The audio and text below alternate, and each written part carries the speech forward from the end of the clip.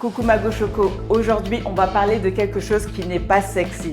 Il y a peu de personnes qui aiment parler de ça, mais aujourd'hui on va parler de la discipline. Tu sais que c'est mon mot. Donc moi je vais te partager les astuces qui m'ont aidé à développer mon physique, donc notamment pour l'entraînement. Mais ces astuces-là, tu vas pouvoir les appliquer dans ta vie de tous les jours et surtout parce que la discipline, c'est une qualité, voire même une compétence que tu dois maîtriser si tu veux être une femme féminine et sexy. Astuce numéro 1. Établis une liste des 5 priorités que tu souhaites qu'il se passe dans ta journée. Ça veut dire, pour moi par exemple, ma liste des 5 choses, ça va être dormir, m'entraîner, manger, travailler et passer des moments de qualité avec les gens que j'aime. Donc tu vois, ce sont des choses simples mais efficaces et utiles. Donc quand je dis dormir, je parle de quoi? Je sais que si je dors pas suffisamment, donc 7 à 8 heures, je vais passer une mauvaise journée. J'aurai faim, je vais être aigrie, tout ça, donc on évite tout ça. Donc je sais que je dois m'assurer de dormir suffisamment. Donc je mets mon réveil tôt et puis je me lève quand c'est le moment. Ensuite, m'entraîner. Donc je sais que ça fait partie de la liste de mes priorités. Je vais m'entraîner quand c'est le moment d'aller m'entraîner. Quand je parle d'entraînement, ça veut dire quoi? Je ne prends pas n'importe quelle vidéo sur YouTube, Instagram ou quoi que ce soit. Non. Un entraînement, ça veut dire quelque chose d'intentionnel. Ça veut dire quand je mets ma tenue là, quand je mets ça en place, je sais que je vais essayer de faire mieux que la dernière fois, ok? Je sais que je vais me challenger. Même si c'est une seconde de plus, même si c'est soulever 1 kilo de plus, je sais que je vais y aller de manière intentionnelle. Je suis dedans. C'est pas juste en mode j'ai mis ça sur ma to-do list, allez hop, je mets ma petite coche, c'est validé. Non. Là, je parle de réel entraînement. Donc, c'est la discipline. Ensuite, je sais que j'ai fini de m'entraîner, donc je dois recharger mon corps. Manger là, c'est dans ta liste des priorités. Manger, c'est ton carburant. Donc quand je parle de manger, non seulement je mange des produits que j'aime, qui ont du goût, qui sont bien préparés, mais aussi je choisis des aliments de qualité, des aliments qui sont bons pour ma santé. Donc il y a l'eau dedans, mais il y a aussi les nutriments, les fibres. Donc les fruits et les légumes, ça fait partie de mon alimentation. Je ne suis pas là à manger des pâtes, des choses qui me rendent lourde, qui me rendent fatiguée toute la journée. Non, c'est équilibré, c'est dedans. C'est ma 3e priorité. Maintenant, il y a le travail. Pour moi, le travail, c'est très important parce que le travail, c'est me dire j'ai réussi quelque chose, j'accomplis quelque chose, je vois dans quoi je suis. Donc, quand je travaille, je m'assure que le travail soit fait. Les petites tâches, les grandes tâches sur le business ou le travail à côté, tout ça, c'est calé, c'est dedans, c'est dans ma priorité. Et enfin, ma 5e priorité, ça va être passer des moments de qualité, que ce soit avec ma famille, mais surtout avec mon chéri. Ça ne veut pas dire on est là, on est rentré du travail, on s'assoit, on mange et puis on regarde la télé. Non, on va prendre le temps de s'écouter, on va prendre le temps de discuter, de se projeter, d'échanger, de rire, de checker comment il va. Ça fait partie de mes priorités. Donc ça, tu vois, ce sont les 5 priorités que je m'assure d'exécuter sur toute la journée. Donc, c'est vraiment ma priorité, les choses sur lesquelles je suis dessus, je suis calée. S'il y a d'autres choses qui s'ajoutent, c'est ok, mais je ne suis pas là à dire « Ah non, je vais me submerger, je vais rajouter ça, je vais forcer à tout faire. On m'appelle, oh je saute là-bas, on m'appelle ici, oh je saute là-bas. Après, je suis perdue et je n'ai pas respecté mes 5 priorités. » Non. On n'est pas dedans. La discipline, c'est ça. Savoir où tu vas, savoir ce que tu as décidé et surtout honorer ce que tu as mis comme priorité pour ta vie. Donc, commence à faire cette liste de 5 choses qui doivent arriver quoi qu'il arrive dans ta journée. Astuce numéro 2, ça veut dire que tu vas devoir arrêter de négocier, ok? Ça veut dire que tu vas devoir arrêter de vouloir repousser au lendemain les choses que tu dois faire maintenant. Ça veut dire que tu vas devoir arrêter de vouloir procrastiner. Tu sais que tu dois faire des choses, Par exemple, tu sais que tu dois aller t'entraîner et puis tu es là, tu es calé sur le canapé. Oh non, la flemme. La flemme, c'est à bannir de ton langage. La flemme, c'est à bannir de ton vocabulaire.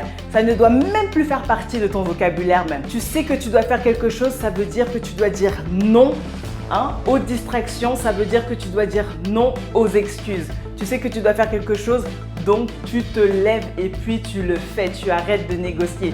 Et c'est pour ça que je te dis, moi l'entraînement par exemple, c'est directement sur ma liste des priorités. C'est-à-dire, une fois que mon réveil a sonné, j'ai bien dormi, je me lève, je ne prends pas mon téléphone pour scroller, aller sur les réseaux sociaux, Instagram, email, ah quelqu'un a dit ça sur moi, attends, a dit ça. Non, non, non, me créer du stress supplémentaire, non, je sais où est ma priorité, donc tout de suite je me lève et j'y vais. Donc c'est ça dès maintenant que tu dois commencer à mettre en place.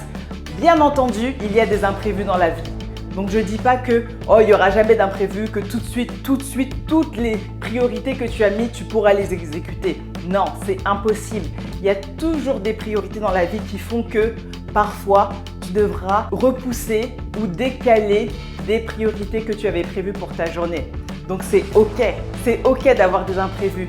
Mais tu ne dois pas te servir de ces imprévus-là comme excuse de ne pas faire ce que tu dois faire. Tu ne dois pas prendre l'habitude non plus de t'habituer à ce qu'il y ait des imprévus et de soudainement ne plus faire ce que tu devais faire pour toi. C'est pas comme ça que ça fonctionne parce que bien entendu, il y a trop d'imprévus sinon.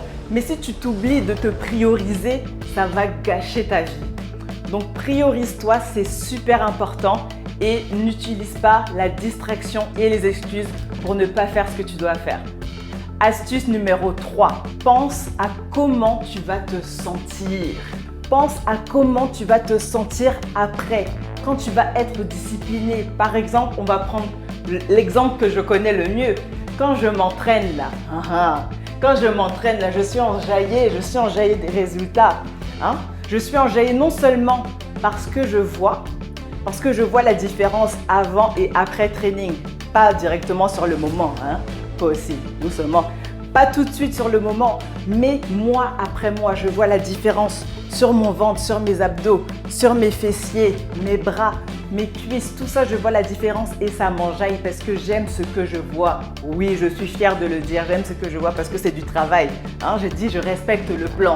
Je ne prends pas des vidéos random comme ça au hasard. Non, on ne fait pas n'importe quoi ici.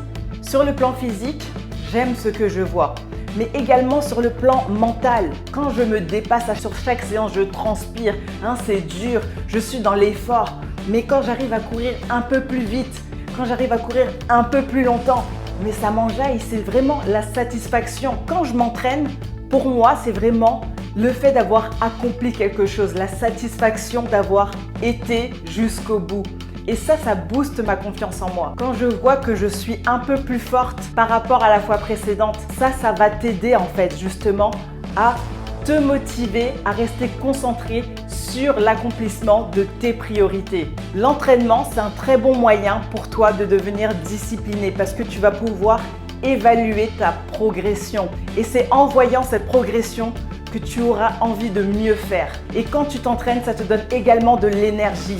Ça t'aide à contrôler tes émotions, ton stress, ton anxiété. Ça t'aide vraiment à avoir cette confiance en toi que tu recherches. Donc l'entraînement, c'est un très bon moyen pour développer ta discipline.